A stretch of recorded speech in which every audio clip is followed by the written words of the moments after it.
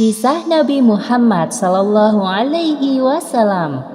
Khilful Fudul. Selesai perang Fijar, Muhammad remaja ikut serta dalam suatu perjanjian yang penting dalam sejarah bangsa Arab. Perjanjian itu dikenal dengan nama Khilful Fudul. Pada saat itu usia beliau menginjak 20 tahun. Kata Khilful sendiri berarti perjanjian atau kesepakatan. Sedangkan fuzul dari akar kata baik atau utama. Maka khilful fuzul diartikan sebagai perjanjian untuk menjamin perlindungan kepada hak-hak orang yang lemah di kota Mekah.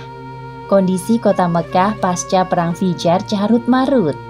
Butuh waktu untuk memulihkan aktivitas perdagangan seperti sedia kala. Datang dari Yaman seorang pedagang asing kabilah Bani Zubair ke pusat kota Mekah. Ia menjual barang dagangannya kepada Ash bin Wa'il, seorang saudagar dari Bani Quraisy. Keduanya telah membuat kesepakatan tentang pembayaran barang.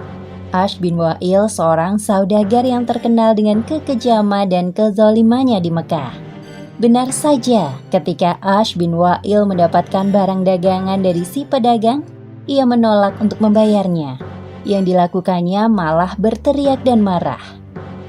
Barangnya telah saya letakkan di tempat Anda, Tuan. Sekarang saya minta uang pembayarannya. Enak saja. Barang itu telah menjadi milikku sekarang. Lagi pula engkau telah menyerahkannya kepadaku. Hah? Barusan kita telah bersepakat mengenai harganya. Anda harus membayarnya. Saya tidak memberikannya secara gratis, wahai Tuan yang terhormat. Malangnya pedagang dari kabilah Bani Zubair tersebut, ia tidak mengetahui sifat buruk pembelinya ini. Jikalau dari awal tahu, pasti tidak semudah itu untuk membuat kesepakatan dengan Ash bin Wa'il. Sudah, aku tidak ingin berdebat denganmu. Hei budak, bawakan semua barang-barang milikku dengan hati-hati. Baik, Tuan. Hei Tuan, kembalikan barang daganganku. Jika Anda tidak memiliki uang, jangan bersepakat denganku. Minggir, atau aku patahkan lehermu dengan pedang ini. Ini bukan wilayah kekuasaanmu. Pedagang dari Bani Zubair itu masih tidak percaya dengan apa yang terjadi. Ia harus mempertahankan hak pembayaran barangnya dari Ash bin Wa'il dengan cara apapun. Hanya itu yang bisa dilakukan untuk mendapatkan uang.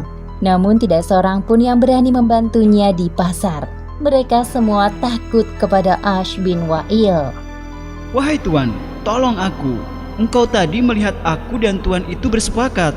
Jadi, dapatkah engkau menolongku untuk... Maaf, aku hanya pedagang kecil. Mana berani aku melawan Ash bin Wa'il? Ya, kami takut dengannya.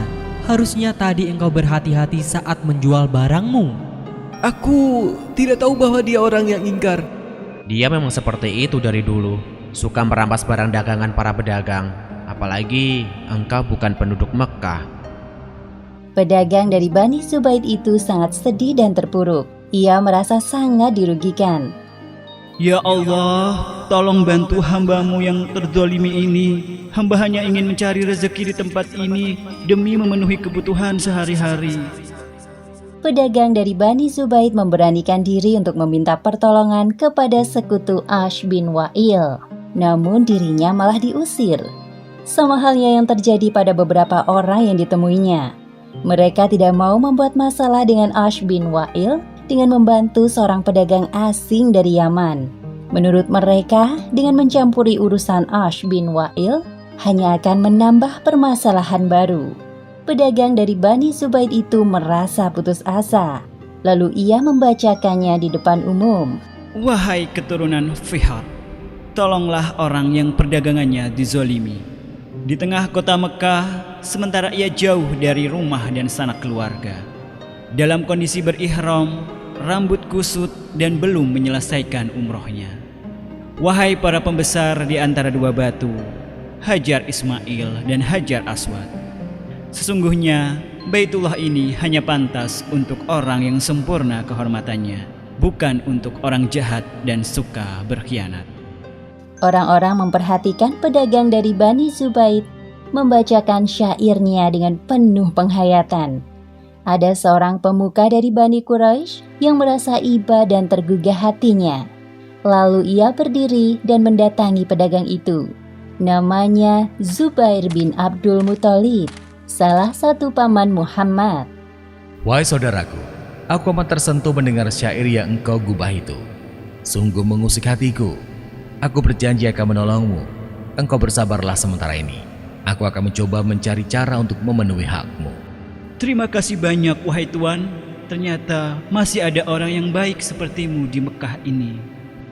Zubair bin Abdul Muthalib memang telah lama resah melihat keadaan Mekah pasca perang Fijar.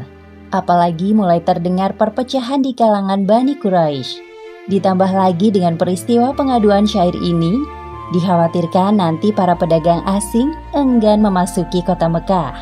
Sejak kepergian Abdul Muthalib, orang-orang Quraisy dari keluarga lain mulai berani melawan pemerintahan yang saat itu dipimpin oleh Bani Hashim. Atas dasar itulah, Zubair mengusulkan agar diadakan pertemuan untuk membahas persoalan ini. Pertemuan ini dihadiri oleh orang-orang Quraisy dari Bani Hashim, Bani Zuhrah, Bani Taim, dan Bani Asad di rumah Abdullah bin Jud'an At-Taimi. Kemudian mereka berikrar untuk menegakkan keadilan bagi siapapun yang terzolimi, baik bagi orang asing maupun penduduk asli Mekah. Muhammad juga ikut hadir di sana. Saat itu beliau telah dijuluki sebagai Al-Amin, orang yang dapat dipercaya. Tampak hadir pula Abu Bakar bersama ayahnya, Abu Quhafah. Sebagaimana yang disebutkan dalam hadis yang diriwayatkan oleh Al-Baihaqi. Kelak saat Muhammad diangkat menjadi nabi, beliau bersabda, "Aku menghadiri sebuah perjanjian di rumah Abdullah bin Jud'an. Tidaklah ada yang melebihi kecintaanku pada unta merah kecuali perjanjian ini. Andai aku diajak untuk menyepakati perjanjian ini di masa Islam, aku pun akan mendatanginya."